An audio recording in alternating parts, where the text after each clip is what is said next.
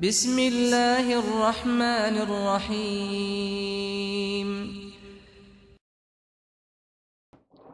The topic that we're about to embark on is also not a simple topic, not so easy to understand. But with time, if we have even pick up some of the points in regards to it, with time you can build on it and increase your understanding. In fact, of course, it's called understanding the priorities, fiqh al-awlawiyat, understanding the priorities that exist in Islam. To understand them is important. We looked at how in Maqasid al-Sharia, how the scholars put things at different levels. Yes?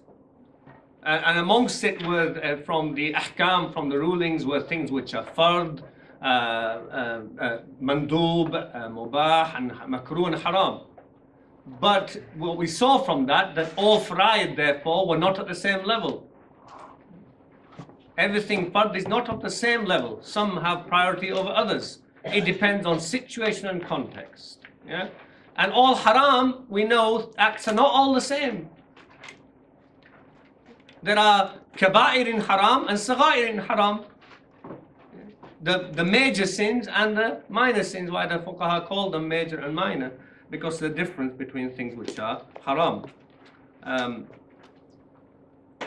So even in the rulings, the fact that things are divided into obligatory, recommended, mubah, makruh, and haram shows that everything isn't just fard, yeah, or haram, obligatory or haram. There isn't just a black and white blanket like that.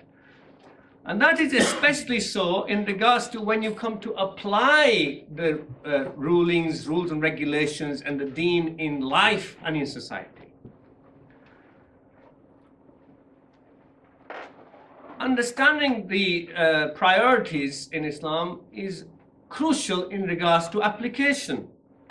This is perhaps one of the most poorly understood fields in regards to the Muslim Ummah and even many scholars in not understanding these priorities.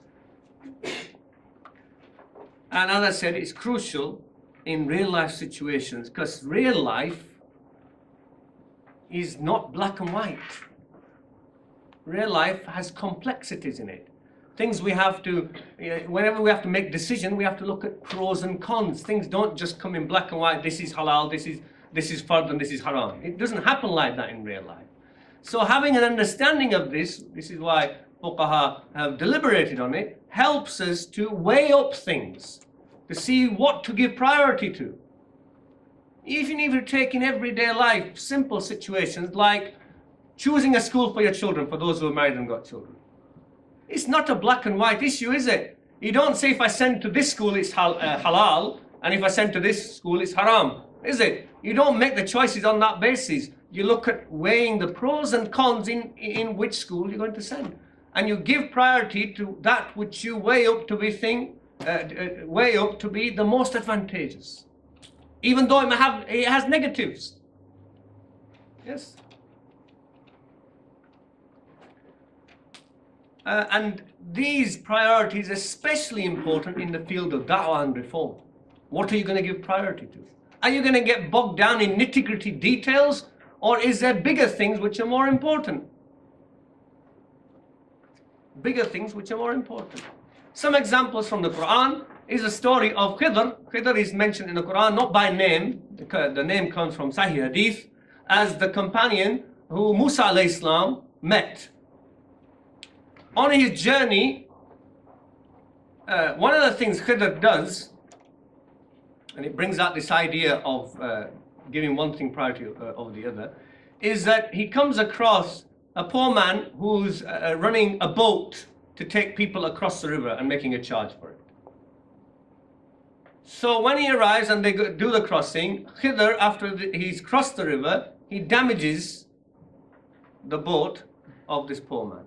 And Musa alayhi salam, he's beside himself. The condition that Khidr put on Musa alayhi salam, I don't want to expand the story because we could spend the whole talk on this story, but it's so interesting, so many lessons. And the condition Khidr put on Musa alayhi salam was, you can stay with me as long as you don't keep questioning me in everything I do. I will tell you the reasons when the right time, when I decide. But if you keep questioning me every time, then you'll have to part. So Musa alayhi salam, when he does this, can't control himself. He knows the guy's a poor man, and his sustenance is based on this boat. So he sees Khidr doing this, he says, what the heck did he do that for? Do you not realize this man's a poor, and his sustenance is based on it? He tells him the answer at the end, after 2 or 3 other incidents as well I haven't got time to go into. And he says that I knew, Khidr says, that the person who was a governor or an authority in that area was not stealing, but taking away all boats that were owned by people by force, the kind of tyranny that was going on. So I damaged the boat, not to the extent that it wasn't usable, but to make it so it was not too good, that when this tyrant comes to take this boat, they will say, what's this rubbish? I don't want this.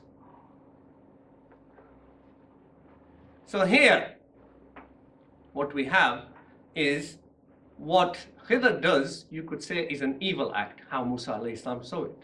To damage somebody's boat is evil, wrong, yes? But what was going to happen to the boat, if it had been taken away completely from the man, he would have completely lost his sustenance, is a greater evil act.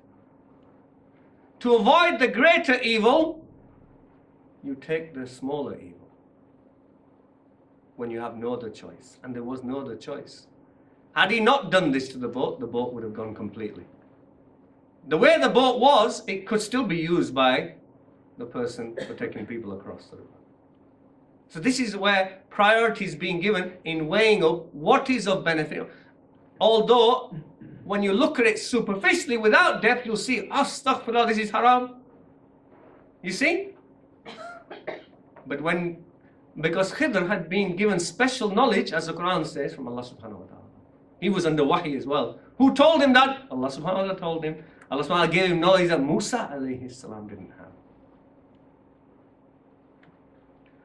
Another example from the Sunnah of Rasulullah sallallahu alaihi wasallam.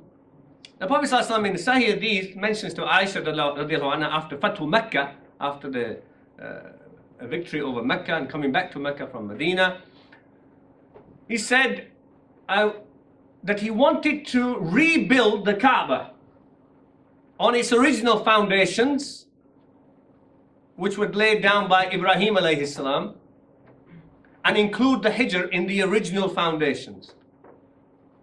But he said that he wasn't going to do it. So what the Prophet ﷺ wants to do is Sunnah, Mandub, recommended. Why didn't he do it?